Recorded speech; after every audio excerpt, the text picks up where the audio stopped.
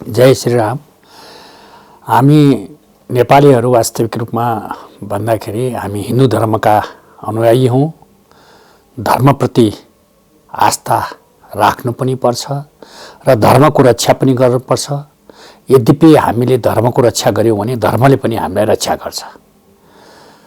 तर नेपालको सन्दर्भमा अहिले हामीले हेर्दाखेरि के देखिरहेका छौँ भने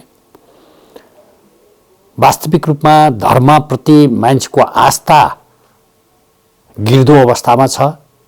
धर्मप्रतिको अध्ययन छैन, चिन्तन छैन, मनन छैन।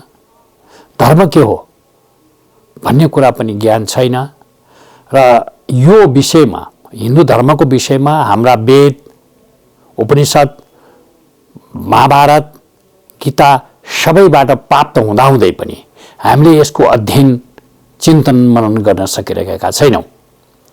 यो बरु पश्चिमा राष्ट्रहरूले यसबाट सार निकालेर उनीहरूले त्यसबाट धेरै राम्रो ज्ञान हासिल गरिरहेका छन्।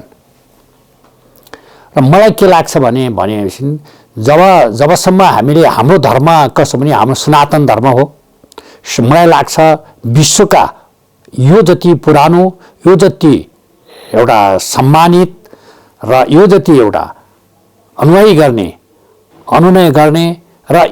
धर्म अरू कुनै धर्म छैन। यी अरू सबै धर्मावलम्बी यिनको इतिहासलाई हेर्ने भने हिन्दू धर्म पछाडि मात्र नै अनुयायीहरू उत्पन्न भएका हुन्।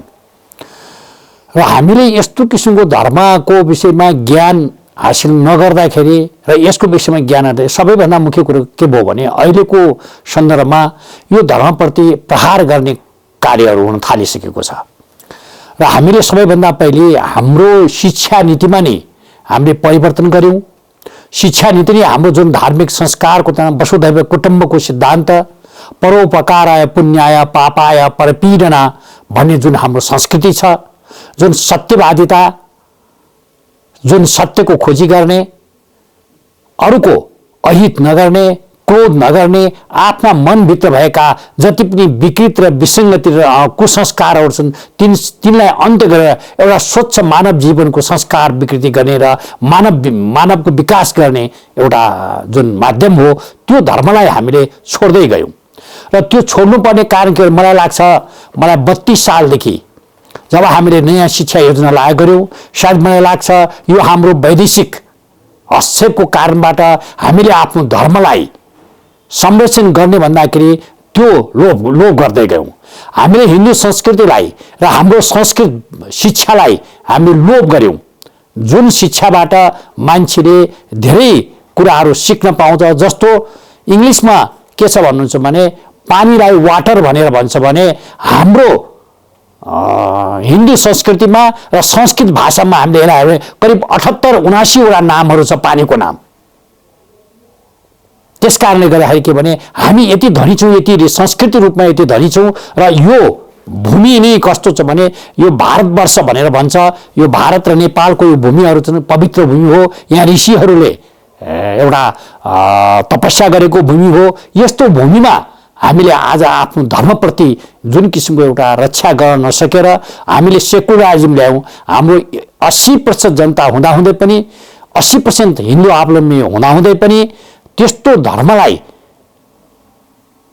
छोडेर अब हामीले सेकुलरिज्म ल्यायौँ। हामी क्रिस्चियनिटी र मुस्लिम धर्मको बहुतबाट, तर हामी सहिष्णुतावादी हौँ हिन्दूहरू र हामीले वास्तविक सबै धर्मलाई संरक्षण पनि गरेका छौँ, सबै धर्मलाई समानुपातिक रूपले विकास होस् भनिरहन्छौँ। तर हिन्दूहरूले कहिले पनि तपाईँको कसो अरू धर्मप्रति प्रहार गरेको, हस्तक्षेप गरेको नीति छैन। अहिलेसम्म मैले फेला पारेको छैन। तर अरू धर्मबाट हाम्रो धर्ममाथि प्रहार गर्ने प्रवृत्ति बढेको। त्यसपछि हामीले हिन्दू धर्मावलम्बीहरूले जहिले पनि कसैप्रति जस्तो पृथ्वीनारायण शाहको भनाइ जाई कटक नगर्नु भने जस्तै गरेर कुनै धर्मप्रति प्रहार गरेको, आक्रामक रूपमा अगाडि बढेको छैन होला। कहिलेकाहीँ के हुन्छ भने जब अरू धर्मबाट हाम्रो धर्ममा प्रहार हुन्छ, त्यो प्रहार भइसकेपछि मात्र प्रतिरक्षाको लागि गएको कुराहरू हुन सक्छ। अदरवाइज हिन्दू धर्मले सबै धर्मलाईको संरक्षण, सम्वर्धन, सबै धर्मको आस्था हुनुपर्छ, सबै धर्मले आफ्नो धर्म पालना गर्नुपर्छ भन्ने कुरालाई मान्यता राख्छ। र मलाई लाग्छ म करिब अहिले 71 वर्षको उमेरमा म पुगे। यो 2072 को संविधान आउनुभन्दा अगाडिसम्म हामी कहाँ यस्तो किसिमको सहिष्णुता थियो, कसैले कुनै पनि धर्मलाई प्रहार गरेको थिएन, कहीँ पनि त्यस्तो किसिमको धर्म सम्बन्धी विवाद उत्पन्न भएको थिएन। अहिले यदाकदा विभिन्न ठाउँमा विभिन्न कार्यक्रमहरूमा यता विरोधहरू कुराहरू आउन थालेका छन्। यो पनि के हो भने हामीसँग ज्ञान नभएको कारणबाट, ज्ञान नभएको कारणबाट हामीलाई त्यस्तो किसिमको छ। जस्तो अहिले पनि मलाई लाग्छ अस्ति हामीले मकर संक्रान्ति भर्खर मात्र मङ्सिर के अरे माघ 1 गते मकर संक्रान्ति, यसको पनि आफ्नै महत्त्व छ। हाम्रो धार्मिक संस्थाले महत्त्व छ, किनभने उत्तरायण र दक्षिणायन भनेको जस्तै भीष्म पितामह आफ्नो मृत्युशय्यामा हुनुहुन्थ्यो।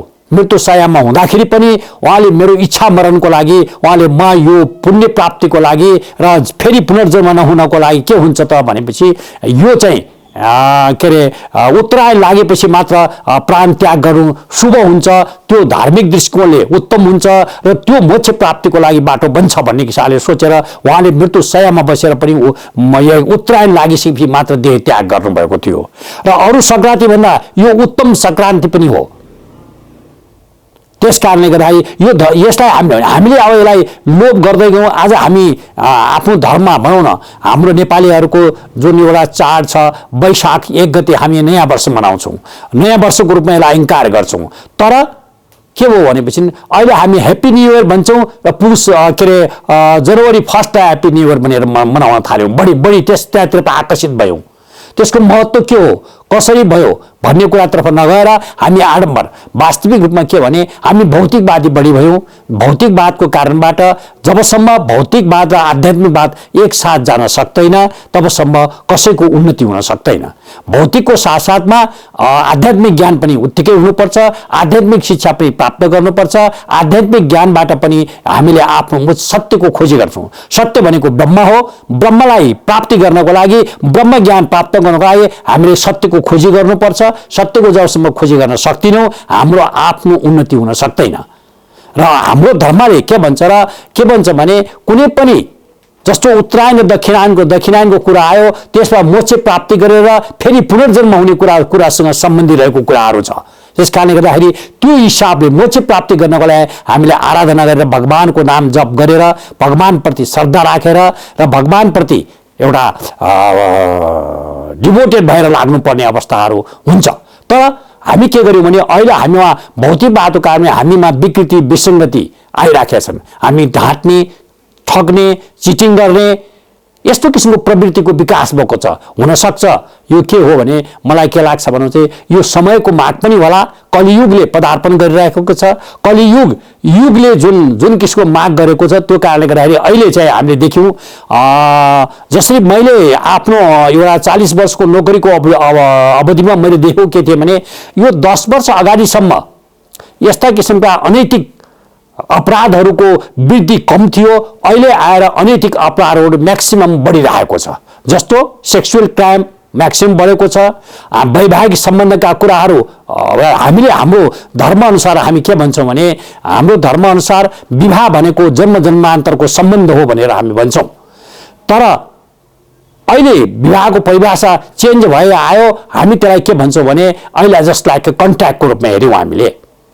र त्यस्तै किसिमले हाम्रो धर्मले के भन्छ भने मेरो आफ्नो कुनै पनि व्यक्तिको आफ्नो श्रीमती बाहेक अरू सबै मातृ संस्थाहरू हुन्, मातृशक्ति हो भनेर हामीले अनुभव गर्नुपर्ने अवस्था हाम्रो धर्मले त्यसलाई अङ्गीकार गरेको छ।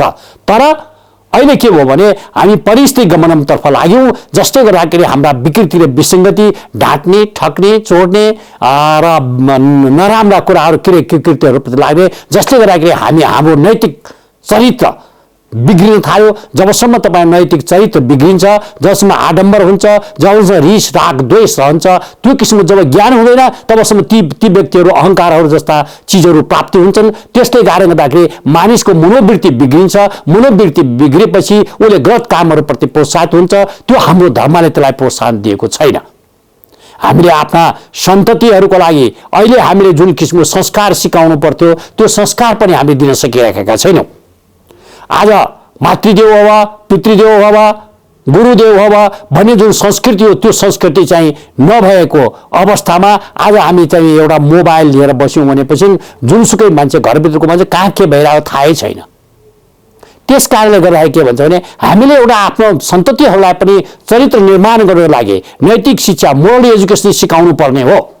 हामीले आफ्नो शिक्षा नीतिमा मोरल एजुकेसनलाई अन्त्य गर्यौँ, संस्कृति शिक्षालाई अन्त्य गर्यौँ, जसको कारणबाट शिक्षामा प्रहार भइसकेपछि हाम्रा विदेशी शक्तिहरूले हाम्रो धर्मलाई नष्ट गर्नको लागि शिक्षामा नै पहिले प्रहार गरे, जसको कारणबाट शिक्षामा विकृति विसङ्गति ल्याइदिए। हामीले गाईलाई काउ भन्न जाने बित्तिकै हामीले आफ्नो बच्चालाई निकै विद्वान भएको महसुस गर्यौँ। त्यसको प्रतिफल आज गाईको महत्त्व बारेमा गाईको जुन त्यसको चाहिँ दुध, दही, घिउ, त्यसको पिसाब, गोबर कति पवित्र छ, कस्तो किसिमको हाम्रो धर्मले त्यसलाई अहङ्कार गरेको छ भन्ने कुरालाई पनि हामीले बिर्सेर आज हामी त्यो गर्छौँ। मैले आफ्ना संस्कारहरूलाई जुन किसिमको छोडेको मैले देखिरहेको छु, त्यो संस्कार छोडेर आफ्नो धर्मलाई रक्षा नगर्ने सक्ने व्यक्तिले देशको के रक्षा गर्छ? हामीले आफ्नो एउटा के देख्यौँ भने मैले देखेको छु, हामीले संस्कारलाई एउटा विकास गर्न नसकेर के गर्यौँ त भन्दाखेरि आफ्नो व्यक्तिगत आर्थिक रूपमा केही कुरा उन्नति त गर्यो होला,